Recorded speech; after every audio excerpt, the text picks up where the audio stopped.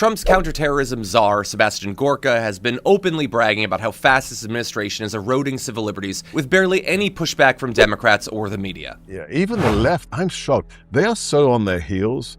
I did a kind of press call when we released the strategy. 50 articles were written that day about the press call. Only one of them from those putzes at Politico was even slightly negative. The rest was pretty accurate reporting. So we are moving so fast, they just can't keep up with us, which is delicious. The new counterterrorism strategy targets so-called violent left-wing extremists and extremist transgender ideology, which this administration, with no data and no evidence, now considers among the most serious threats facing the country. It reads like a goddamn Libs of TikTok post, but it's a real national security directive. And as Gorka said, it's largely flown under the radar. So we have three major categories of terror threat. Number one is, of course, the one I've been focusing on for decades, and that's the legacy jihadis. So that's like Al-Qaeda, ISIS, and Hamas. We're doing incredibly well against them, getting rid of the regime in Iran. The biggest state sponsor of international terrorism will be the greatest historic achievement in counterterrorism we've ever seen. Secondly, under the august leadership of Stephen Miller, the Homeland Security Advisor, under the brand new Secretary, Senator Mullen at DHS, we're going after the narco-terrorists that under Biden's open border regime were killing more than 100,000 Americans every year with fentanyl, with illicit drugs. And then, of course, sadly, if you look at the news of the last 2 weeks, if you look at the murder of my good friend Charlie Kirk, the shooting of Steve Scalise, the incredible, undeniable rise in left-wing, indigenous, radical terrorism, often with people who espouse very radical pro-transgender ideologies. We've seen the person who killed Charlie.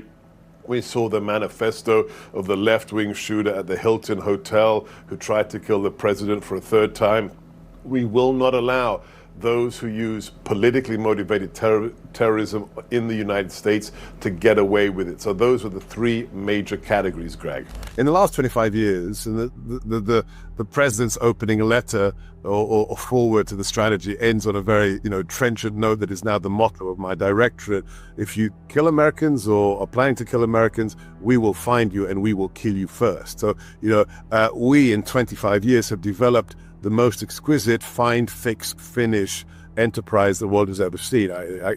If we can make a connection between criminal acts, impending criminal acts, or other entities who are already designated, like Hamas or Antifa, and you've moved money to them, you've provided training, you've provided succor of any kind, the DOJ, Treasury has a panoply of tools they can use to sanction the organization, to sanction individuals, and to choke the lifeblood, which is the money they use to destabilize our constitution, our republic. So, that's why this is very different. The second Trump administration, as a survivor of the first one, is very different.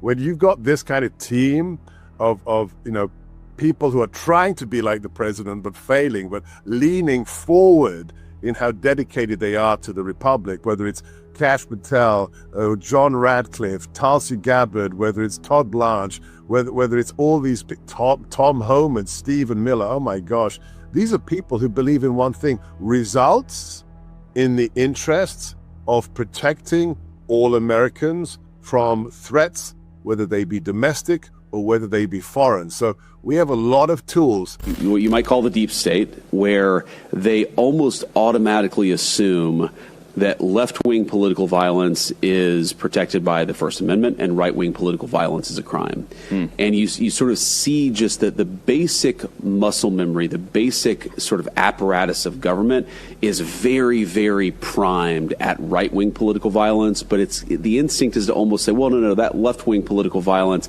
that's actually protected by the First Amendment. So no, political violence, wherever it comes from, is just not protected by the First Amendment. And because we have such a big problem with left-wing political violence, violence, we have to train the investigatory and law enforcement powers of the government to focus on that particular problem. Now, I think Scott maybe has the most important part of this, because a lot of this is financial, right?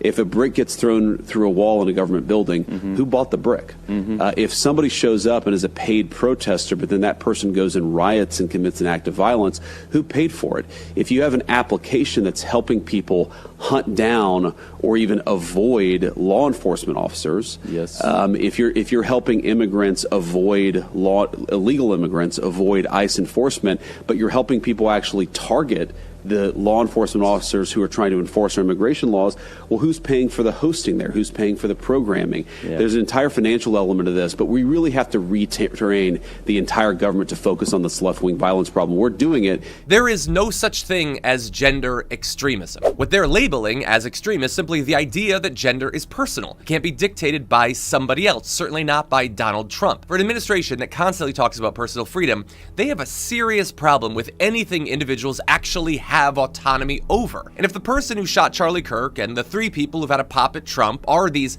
far-left transgender card-carrying members of Antifa, why isn't right-wing media pillaring them? Even if this started as trolling, this is a sitting government using the language and the legal framework of counterterrorism to target its own citizens for their political beliefs and their personal identity. The question is whether enough people and politicians are paying attention before these powers become impossible to challenge. Sebastian Gorka certainly doesn't think so.